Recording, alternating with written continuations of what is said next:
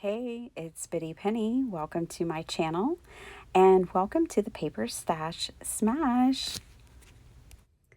Welcome to the Paper Stash Smash collab. We get together on the first of every month and share what the paper size is that we're trying to smash in our paper stash. And there is a group of people who participate in this collaboration. They're all wonderful. They're all very creative. If you're ever feeling stuck and don't know what kind of projects to work on, I think that this collaboration is a great place to start because you get such a variety of paper crafters if you follow along. So the playlist is listed down below, as long as some links to videos of what other people are using. Now, I do mine a little differently. I share projects, and this month we are using anything we want. So some months it's like 6x6, 12x12, 6x8, but this month it's a free-for-all. It's whatever you want. So I've got lots of scraps, and I love making scrap projects. So I have 5 projects for you today to use up your scraps. Now, I've got actual scraps of paper from projects that I've made. That's what all of this is. But then, little scraps, big scraps, all the scraps, right? Oh, more scraps. I also went through, I've been going through my cubes of paper, and I have one that's kind of dedicated to just little pads of paper that don't have very much left in them, like this one, for instance. I don't even have the label for this one anymore. It's got 5 sheets of paper. I've been going through this and using them up. So I'm going to use up those 5. We're going to use up this one sheet that was just randomly in there. Love this day is what it says. I'm actually going to cut this apart and use it for ATC cards. Because you can get 12 per 12x12 sheet of paper. And then I wanted to show you this. So this is the kind of stuff that's housed in this cube. And last month I was able to clear like 5 collections like this. So this would be an example of what I was able to use up last month. So I have this random paper. For some reason, I've got a whole bunch of this one style. Then there's this. I'm not going to use this. Those are germs. It's like the social distancing. Oh, and wait, there's more. So there's just a ton of this one pattern. I don't know why I have all this, but it's definitely time to use it up. And it's funny how much space, you know, just a few sheets of this and a few sheets of that can take up. So hang out with me. I'm going to share what was going to be 5 projects is now going to be 6, because I'm going to show you how to cut up your ATC cards out of 12x12 paper, which we've done this so many times on my channel. If you need to know what artist trading or ATCs are, there are artist trading cards.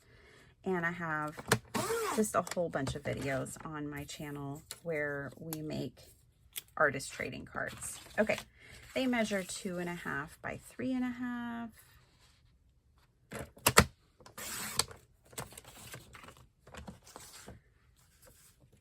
So, not going to worry about that the letters cut off.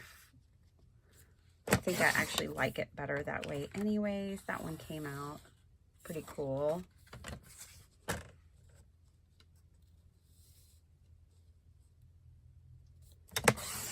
I think I'm going to have this left over. Okay, so cut 4 strips down to 2.5. Then I'm going to take those and cut to 3.5.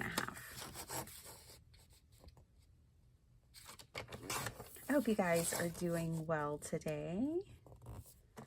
And then these are little scraps to have left over. So I took that glittery paper that had letters, and you can tell it just kind of became something abstract for the most part.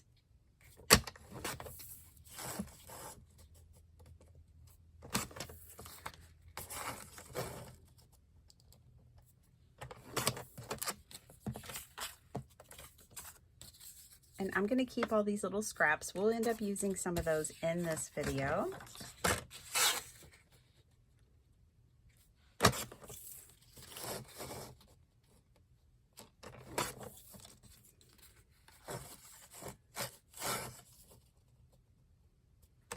All right. And then one more. So if you have some random sheets of paper, this would be a great month. Hopefully you'll find some inspiration here to use those up. I have been doing that all last month. So last month we were supposed to do 6x6 paper. I smashed like 3 full 6x6 paper pads, but then I also smashed a whole bunch of 12x12. So there it is. I have 12 artist trading cards. Yay. Here are some finished artist trading cards.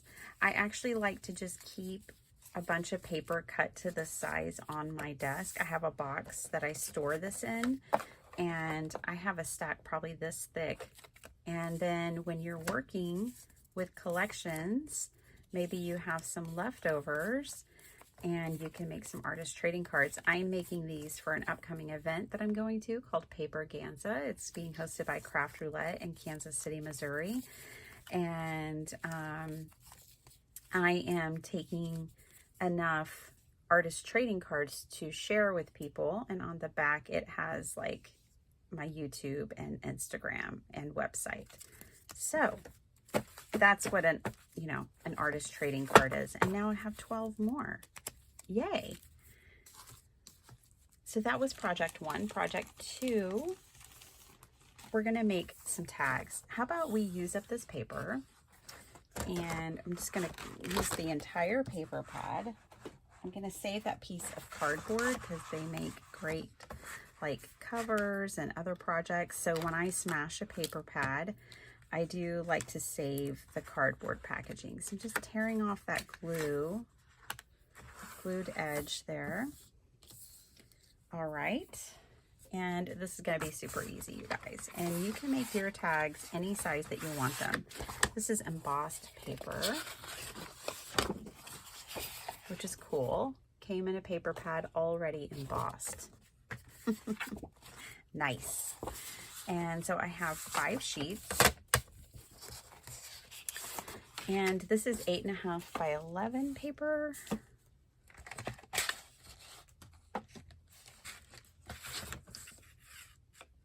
Yep. I'm going to cut it down to 7.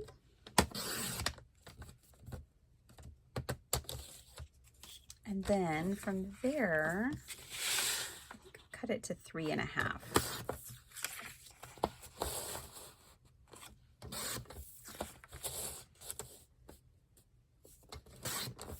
Okay, so from one sheet of 8.5 by 11, I can get 3 large tags. I like this size for my journals. It also is nice. I think this makes a nice size bookmark too. So I'll sit here and I'll just do the same thing over and over. And when I'm done, we'll see, I think I did that one 7.5. I sure did. And then 3.5. Obviously, you can change these dimensions to get more tags. Maybe you don't want such large tags. You know, you can pick any size, do any size that you want. These would be great for, like, you know, if you start crafting for Christmas, like Christmas in July, that kind of thing. These would be great for that. So I'm going to cut this down to 7. And just rinse and repeat. I have 2 more pieces of paper after this one, and I will have cleared this off of my shelf, created a more of a supply now. Like, obviously paper is a supply, but I'm giving myself something, you know, once you chop up your paper, you can really start to use it. And now I've given myself, you know, a stack of tags, a stack of ATC cards, something to get me started. I already have a project started by having these cut up. And then, like I said, you can just keep them organized in your craft room, in a file folder, and wherever you like. I'm going to go ahead and cut these down to 7. Just so they're uniform. I'm going to be happier that way. Okay, now, you may be looking at this and going, that's not a tag. And you're right, it's just a rectangle. But it's very easy to turn this into a tag. All you need is like an old key card or gift card or whatever. Like, here's an old HelloFresh card. And you lob off the 4 corners. And I like to make mine different sizes. So see, no 4 corners are the same. Then this can be your tag template, and you can decide which one of these kind of corners you want. It's nice and sturdy. You don't have to worry about cutting into it, and you can run your scissors right along. Then what you do is you cut off one corner, you flip it over, put it over here, cut off these same, so they're symmetrical without any measuring or anything, or, you know. Then if you make a template like this, you can just keep going, and before you know it, let me do it on a different color, you'll have a whole stack of tags.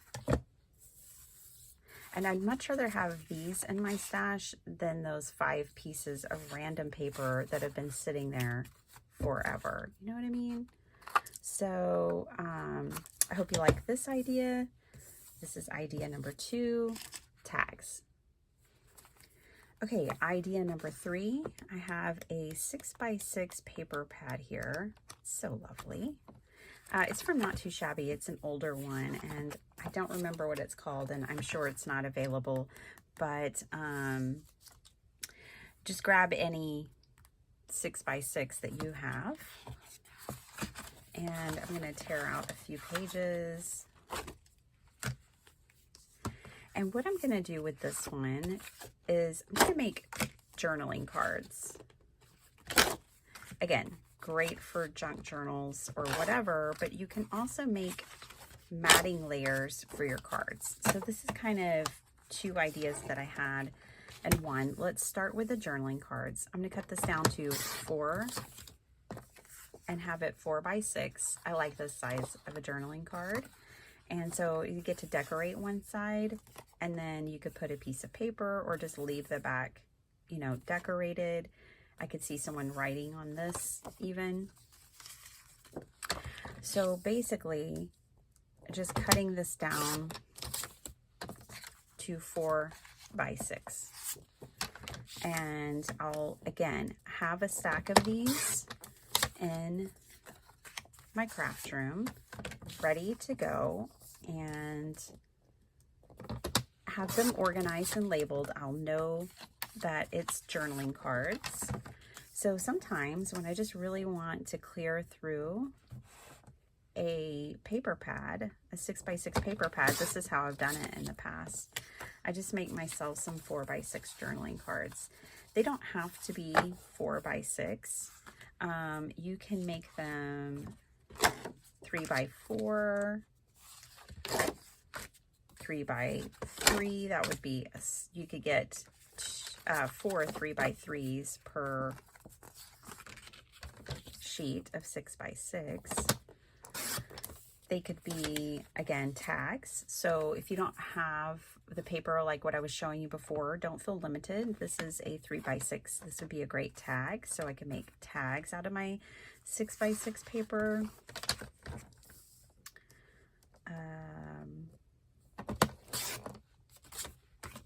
Let's cut cut this down to 3 by 4.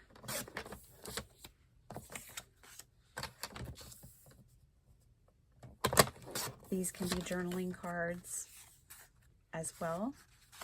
So, you know, you might look at one of your paper pads. These are little scraps. We're going to put those off to the side. But you might look at your paper pads in a different way this way and kind of just get through them, chopping them up, making like journaling cards. You can come in with a corner rounder and round the edges, which will make it feel even more like a journaling card. A lot of times they have those rounded edges. I'm sure people still do Project Life. I don't know anybody who does Project Life, but this is kind of a way to make your own Project Life cards as well. You know, they have different sizes of Project Life. They usually have lots of 3 by 4s and 4 by 6s. And so, yeah, you can make your own stack. But just go through and chomp all the corners. Like so.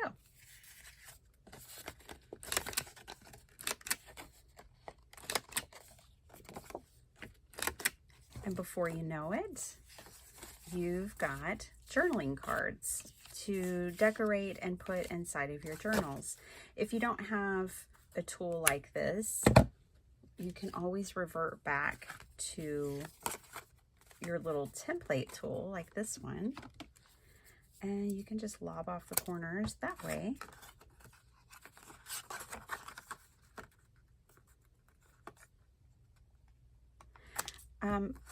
I've never done this before because I just haven't needed to, but what you could do with these little journaling cards, if you feel like you might get confused, I'll show you in just a second. I just want to show you what that looks like. See?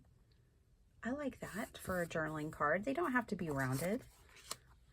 But if you feel like you might get confused using one of these, grab a Sharpie. And I'm looking for one. I don't think I have one in my craft room. I know, it's absurd. But you can label each side. So if this is side 1, turn it over and make that side 1. If this is side 2, turn it over, make this side 2. 3, 3, 4, 4. And that might help you keep from getting confused. That way, you know, you need the 1 and the 1, the 2 and the 2, and so on and so forth. Anyways, just a little tip if you feel like you might get confused by that method. Okay, I'm gonna go ahead. I'm gonna chomp both of these real quick just to get them done. We'll move on to the next idea. Okay, so now I have all these journaling cards, and I know I have a whole bunch more on my desk already. So these are ones I've done previously from other paper pads. See? And these were actually single-sided, so you could actually write on the back of them, or you can stamp and put a piece of like washi tape, and then you can decorate the front. So, yep, journaling cards. Now I can add these to that stash that I already had. And see the difference between like rounding the corners and not rounding the corners? I just think it gives it more of a finished look. All right. Cool. Journaling cards. Next, matting layers. Okay, so if you have a bunch of scraps, like you might look at a piece like this and go, what am I going to do with this? Maybe you're making journals like me and you have just a whole heap of scraps that look like this. They make great matting layers. So think about like And when I'm talking about matting layers, I am talking about card makers. What size card do you make? You know, I make 5x7, so I'm going to think about 5x7 cards. So this piece is just over 3.5 long, and it is 12 inches. So 3.5 by 12. What if I cut it down to 6? And now I can kind of envision this going on a 5x7 card. Let me grab one. Oh, that's not it. I thought I had one right over here. I do. Okay. But essentially, right there, I really like that as a matting layer for 5x7 cards. Then I really like a 6 3/4 by 4 3/4 as well. It just gives us a nice little border around a card. So I might look through my scraps and see what else can I cut down to that size. I don't think I have any in my stash today, but this ended up being a really nice matting layer. So this was 6 by just over 3.5. So basically what you can do is kind of think about what size cards you make and think about what kind of matting layers you may want. Some other interesting matting layers for an A2 card maker is 3 3/4 by 5 and 3.5 by 4 3/4. I know, write them down. But those make some good matting layers, and you may have some scraps that are that size. So I have these random pieces over here. And I do keep strips like this because I will use them, and we'll go through that in a minute. And sometimes I do just go ahead and tear them apart like that, where there's a hole in the branding strip, but I really like this grid paper a lot. I like the color and I like grid, so I'm going to keep it. Okay, but you can just look at this and go, oh, like that would be another good tag. That would be a good bookmark. That could be another layer for card making, depending on, you know, what you want to do with it. But you can just take your scraps and cut them down into preset measurements or to pre-made things like we've done today. We've done ATC cards, journaling cards. You can make the matting layers for your cards. Okay, the next two things are a little more kind of artsy, I would say. I'm gonna grab my Tim Holtz dolls and just gonna randomly, without even really looking at them, pull a couple of them out. Okay. Oh, I've used her before. I don't have that card anymore, but I've used her before. Little boy, just some people. I definitely want girls for this project. I'm not saying that you couldn't do it with the boys, but it's more of a girl project. So I'm going to grab 3 here. All right. I'm going to grab some scraps. Okay.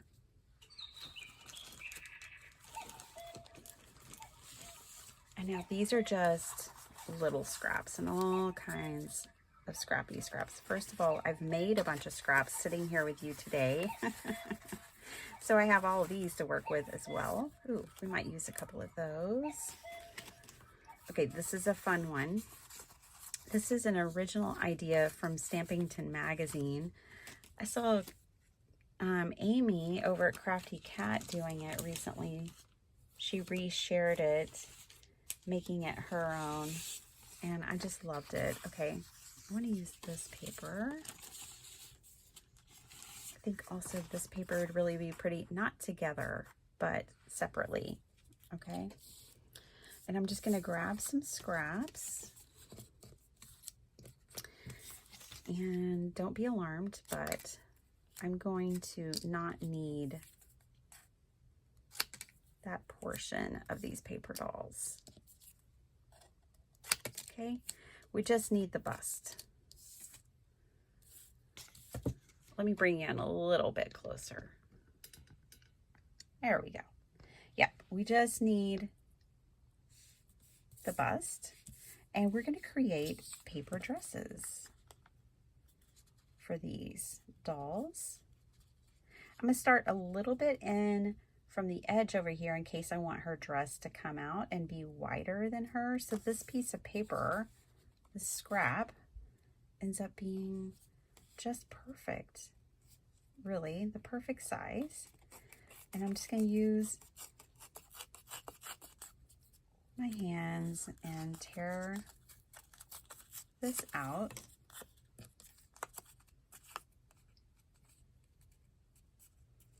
Now, obviously, this project's not going to be for everyone. Not everyone likes paper dolls, wants paper dolls, needs paper dolls.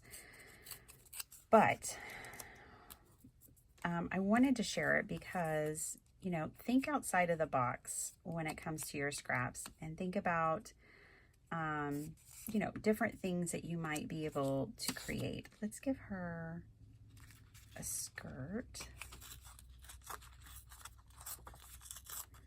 I'm going to make it pretty wide, but I'm not going to make it too long.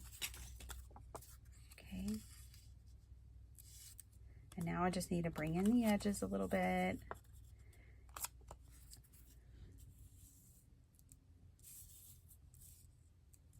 Something like that. Okay, I'm going to glue this down. Also, this project is like where you will want to bring in like your lace and trim. I have a bag of like scrap lace and trim.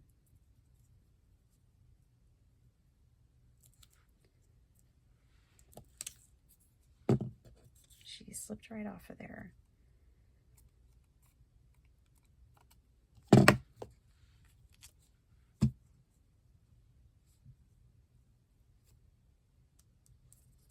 like it about right there. So a completely different and fun way to use up your scraps. Maybe you are like me and you have a bunch of these paper dolls. And then these paper dolls can be used on other projects like bookmarks. I need more bookmarks. Cards, journaling cards. So let's just look at her. You could put her with a snarky sentiment or something on a greeting card. You can put her on a journaling card with other things.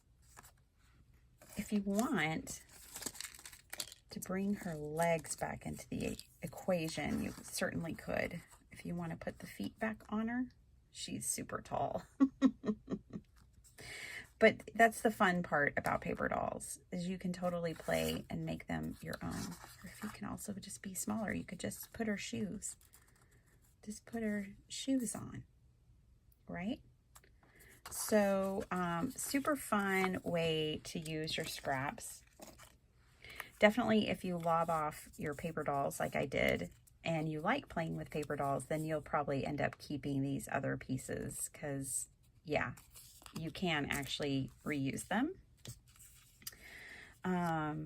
But yeah, I saw Amy making some of these, and she turned hers into tags. So, you know, we made some tags today. Get those tags back out. Yeah, she turned hers into like mixed media tags. Totally doable as well. Let's make another one. Is this paper wide enough for her? I think so.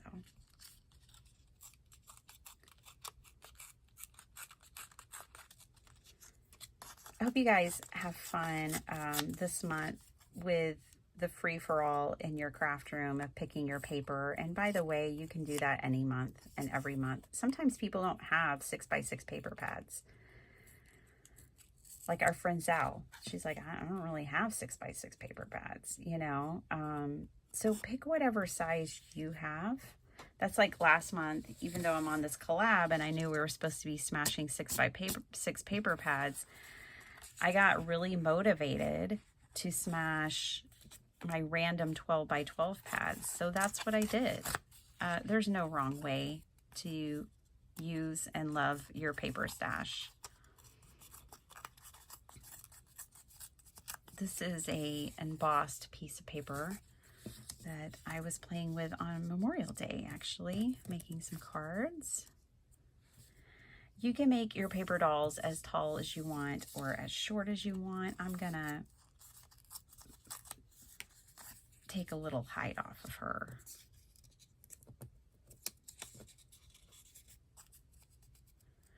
Bring in your ribbon and trim. I think I like it better just where you can't really see her sleeves. Just like that. I think she definitely needs some lace, ribbon, or trim. We gotta fancy her up a little bit. I mean, she's got this fabulous hat. She can't be wearing a basic dress.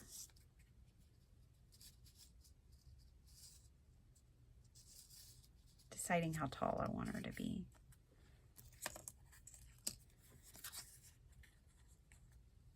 And this is where you could bring back in legs. You can make her shorter, bring back in legs, make her complete that way.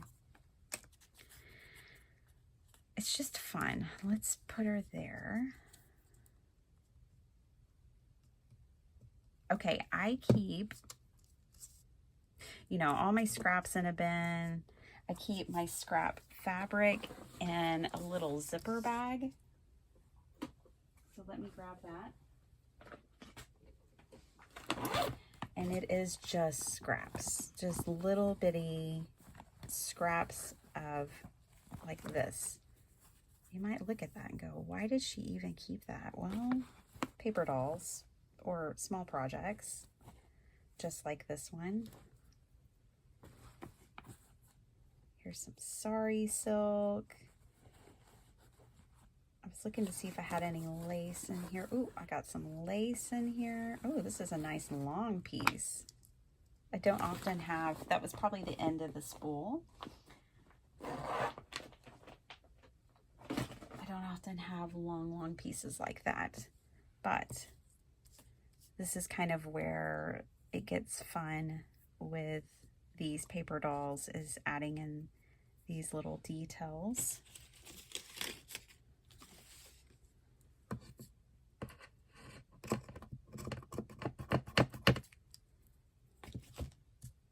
Okay, let's pick some trim and lace for this lady. Kind of like that. Let's use that one.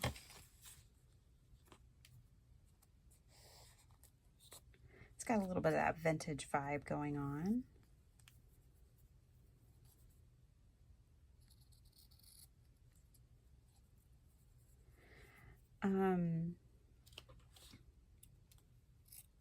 You know, you don't have to keep an iron in your craft room, but if you want to, for little pieces like this, it's not a bad idea. I've also been using a hair straightener. I'm gonna put that up at the top. You can glue this on with fabric glue, like this Fabri-Tac, or regular glue. You could probably tape it on. I need to use this one because this bottle's broken, and so it keeps oozing out of the top. So I'm on a mission to use it up and not lose it. Use it, don't lose it. Don't use it and you will lose it, especially with this bottle. Okay.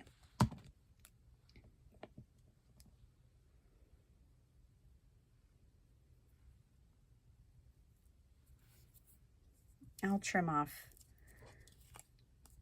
the edges or just fold them back. They're long enough. I can just fold them back. Okay, if you don't have lace or trim or whatever, then bring in other pieces of paper. I don't like to leave anyone out of projects like this. Like, I like to make multiple suggestions so, you know, that everyone feels like they can make it regardless of what their stash is like. So if you don't have fabric scraps, bring in some of those little bitty paper scraps. Look how pretty her dress is. I'm gonna trim this off here. See, and suddenly, I mean, then you could go so far as to add like metal embellishments, buttons. We can put some buttons on our dress. Let's do that. And then we will move to the next project. I don't want to take up too much time because obviously this is a collab, and a hop. But I was really excited about being able to use scraps this month, and I wanted to give you plenty of ideas and projects. And I feel like if I complete a couple of them, then you'll be even more motivated. So you could put even another layer down here. You can do anything, anything. You can make kind of a section here and then put the buttons on it. Let me grab the buttons. Buttons.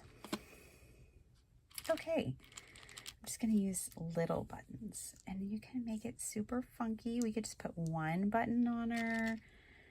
You can put multiple buttons.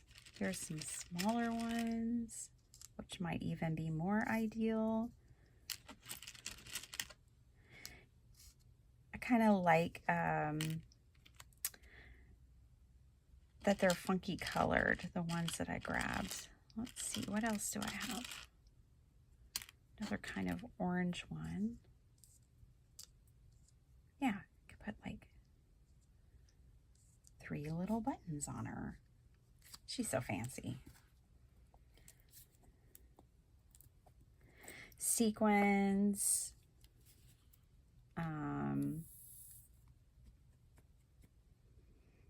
You know, that trim like from the Dollar Tree that looks like rhinestones, but it's really not. It's like a plastic trim that you buy in the ribbon section. Let's maybe put the blue one between the 2 oranges. How about that? Yeah, this glue is getting stiff now, you guys. It's getting too much air in there. See, and then it comes out the side right here. So let me use that. It's busted. There we go. You want to put a button on her? Could put one. Ooh, I like that. One big purple button.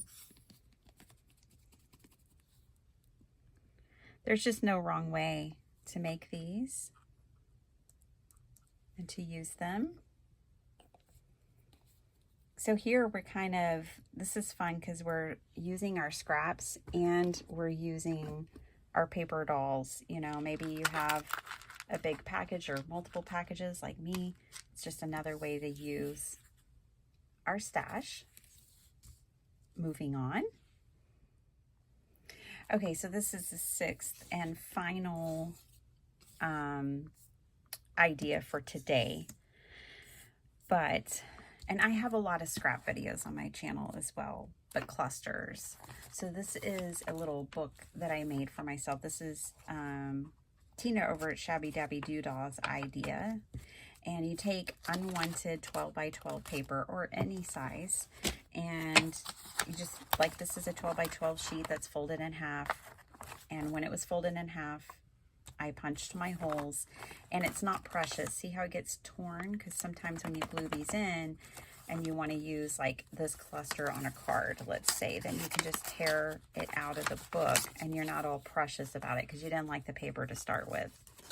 Then you can take your cluster and put it on a project, right? Okay, so that's the general idea of this book.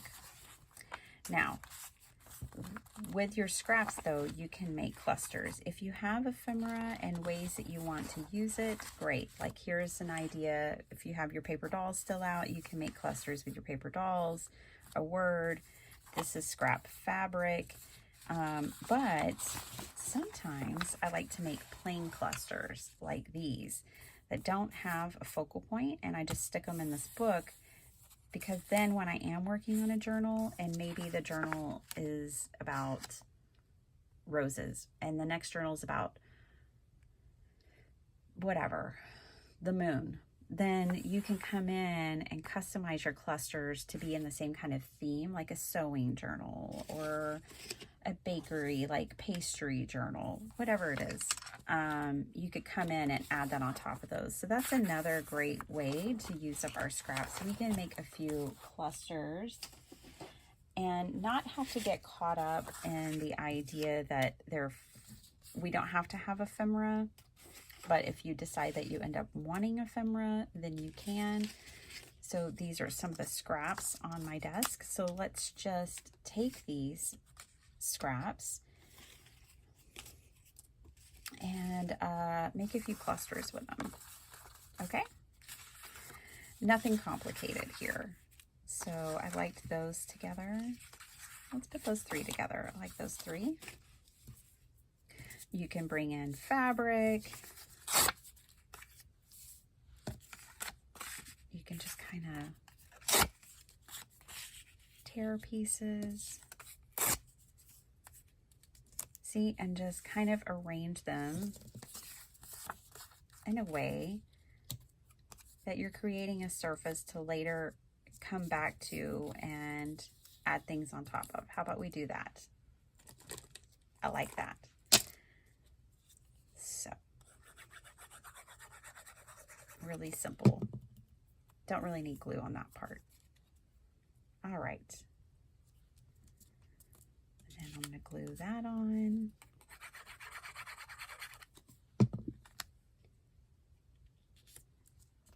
Now, it's kind of fun when you're gluing things like this, not to glue like all the way to the edge. I kind of did on that one. Let me show you on the next one how not to do that.